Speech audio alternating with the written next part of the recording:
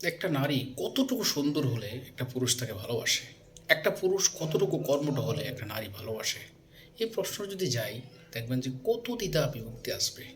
আমি কি সুন্দর না, আমি কি ভালো না দেখতে, আমি কি স্লিম না, এই প্রশ্নগুলো নারীরা কিন্তু বারবার পুরুষদের করে থাকে, যে তুমি আমাকে কেন ভালোবাসো না, তুমি আমাকে কেন আগের মতো ভালোবাসো না। এই সব কথাগুলো কিন্তু আগের মেয়েরা বলে থাকে, নারীরা বলে থাকে। আবার দেখবেন কোনো কোনো পুরুষ অনেক ক্ষেত্রে দেখা যাচ্ছে কি কর্মটাও ছিল বা বড় একটা চাকরি করতো, একটা কোনো কোনো ফল্টের কারণে হয়তো তার বেকার হয়ে গেছে, কোনো একটা সমস্যা দেখা দিয়েছে, কিন্তু তাই বলে একটা নারী থেকে ছেড়ে চলে যাবে এইরকম না। তার হয়তো দেখা গেছে আর্থিক সংকট কিছুটা হলে যে সে তাকে ছেড়ে চলে যেত, এরকম না। তো আমরা অনেক সময় অনেক পুরুষরাই নারীদেরকে খোঁটা দিই, তোমার সৌন্দর্য আগের মতো নেই, তোমার সৌন্দর্যটা ঠিক অমাবস্যার চাঁদের মতো হয়ে গেছে, তোমাকে খুঁজে পাচ্ছি না, তুমি তো আগের মতো নেই। এই যে এই কথাগুলো, এটা কিন্তু একটা যায় না আসলে। বাস্তবিকতা হচ্ছে ভালোবাসাটা কখনো বাইরের সৌন্দর্য নয়, এটা আমার চাইতে ভালো ভালো গুণী লোকেরা বহু বছর আগে বহু যে কাল থেকে বলে আসছে। জাস্ট রিপিট ইট, জাস্ট এইটা আমি আমার বলাটা আমার অনুভব থেকে আমি বলা, ওদের কাছ থেকে পড়ে শুনেও শিখছি, এখন আমার কিছু অনুভব এবং বাস্তব অভিজ্ঞতা থেকে বলা।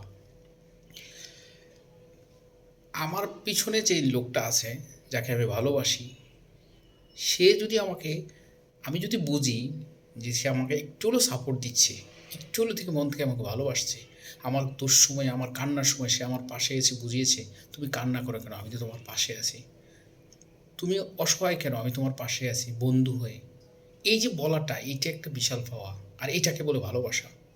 যেই সঙ্গিনী বা যে সঙ্গী এই কথাটা বলতে পারবে, তাকেই একান্ত ভালোবাসা যায়। আর যে লোকটা এই জিনিসটাকে অনুভব করতে পারবে না, উপলব্ধি করতে পারবে না, তাকে তো আর ভালোবাসা যায় না, তাকে তো আর ভালোবাসা বলা যায় না।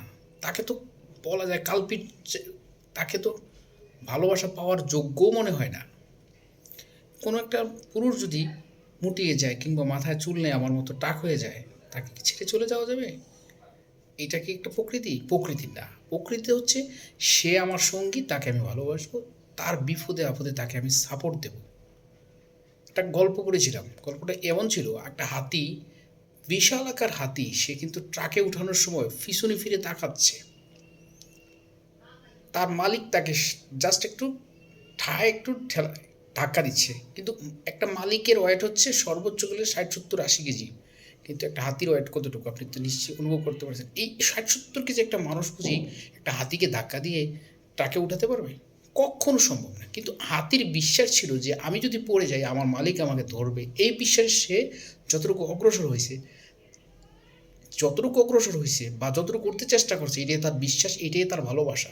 এটার এই অন্ধবিশ্বাসের কারণে সে কিন্তু গাড়িতে ওঠা সম্ভব হয়েছে, ট্রাকে ওঠা সম্ভব হয়েছে, কারণ সে বুঝে যে আমি যদি পড়ে যেতে চাই আমার মালিক পক্ষ আমাকে ধরবে, আমাকে আটকাবে। ঠিক সেম প্রত্যেকটা জীবনে, প্রত্যেকটা মানুষের জীবনে, প্রত্যেকটা জীবনে একই কথা।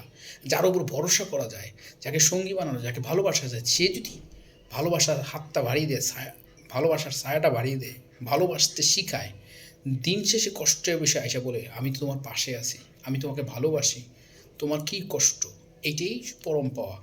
আসুন আমরা জীবনসঙ্গীর ক্ষেত্রে এইটুকু মমত্ববোধ তৈরি করি, যাতে করে আমরা সবাই সবার প্রতি বিশ্বস্ত হই।